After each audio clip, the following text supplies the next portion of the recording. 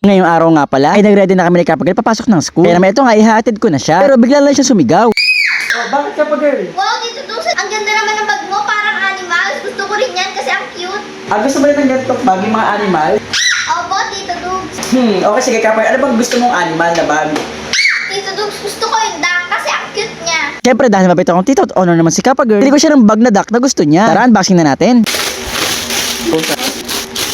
At eto na nga yung bag na gusto ni Kapag Girl. Kulay yellow at duck na bag. Tote bag nga pala itong pinili ko. Di ba ang mga kabataan mahilig sa tote bag? Sigurado ako pag nakita ko ni Kapag Girl, talagang tuwang-tuwa yun. Oh Kapag Girl, ito na yung bag na pinapabili mo sa akin.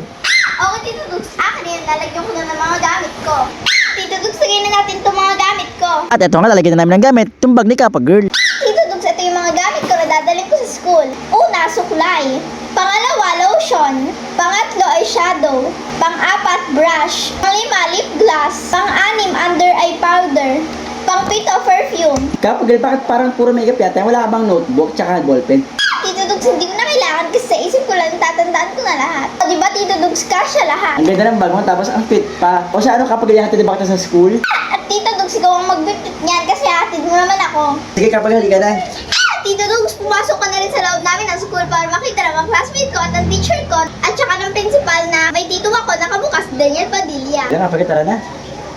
Mga classmate ko, hintayin niyo ako, papunta na ako ng school. Grabe mga kadugyo. Ngayong araw nga pala, bahing ako ng bahing. Madalas talaga ganito ako kapag marami ng alikabok sa paligid. Kaya nga eto, nung hinawakan ko yung mga gamit dito sa bahay ko, ay grabe, sobrang kakapal na nga ng mga alikabok. Kaya kapag hinahangin ay nagliliparan tuloy. Kaya siguro ako nababahing dahil sa mga alikabok. Eto mga kadugyo to, grabe ang kapal na. Dahil mahirap nga linisin ang alikabok gamit lang ang basahan. Kaya bumili mismo ako ng panlinis mismo ng alikabok. Kasi ayaw ko ng pang-agiw-agiw lang. Gusto ko talaga yung pamunas para sure na matanggal. Kaya eto, bumili nga pala ako nitong uso. Reusable sponge. Sponge siya na pangtanggal ng alikabok. Eto nga, sinubukan ko na. Grabe, tinan nyo, pinadaanan ko lang. Tanggal agad. Grabe nga, tingnan nyo, habang nagpupunas ako ay sobrang sapis yating. Halos isang swipe lang, tanggal agad lahat ng alikabok. Kaya imbis na mapagod ako, ay sobrang nag-enjoy pa ako. Partida, wala pa akong ginagawa niyan ha. Pagkatanggal ko sa parcel, ayan, ginamit ko agad. Grabe, ang sarap tignan. Tingnan nyo naman yung mga namumuti kong gamit. Bumalik na sila sa dating kulay. Grabe na pala ang alikabok dito sa bahay ko. Pero kahit gano'n nakakapal yan, buti na lang napakadaling kunin itong sponge na to. Ate, kasi pagkapulas mo, dumidikit talaga. Lutang na lutang talaga yung mga alikabok dito sa mga itim na bagay. Sabi nga, pati nga itong kusina ko, tignan nyo. Akala ko normal na kulay lang niya, alikabok na pala. Black nga pala yung tiles ko, pero nagbuka ng puti dahil sa alikabok. Pero salamat sa sponge na to, bumalik na sa dating kulay yung mga tiles ko. Ay, buti na lang na-discover ko to. Kasi kung gagamit ako ng normal na basa, nakakapagod. Kasi minsan nagpupunas ka, hindi naman sumasama lahat ng alikabok. Grabe nga, pati nga itong sopa ko dahil mas gusto kong mahiga sa sahig. Hindi ko na malayan, puno na rin pala ito ng alikabok, hindi halata eh. Tingnan yung mga alikabok ko, ganyan yung alikabok na nakuha ko. Pero ganyan lang kadaling tanggalin. Babasain mo lang yan sa lababo, pipigay mo lang, tapos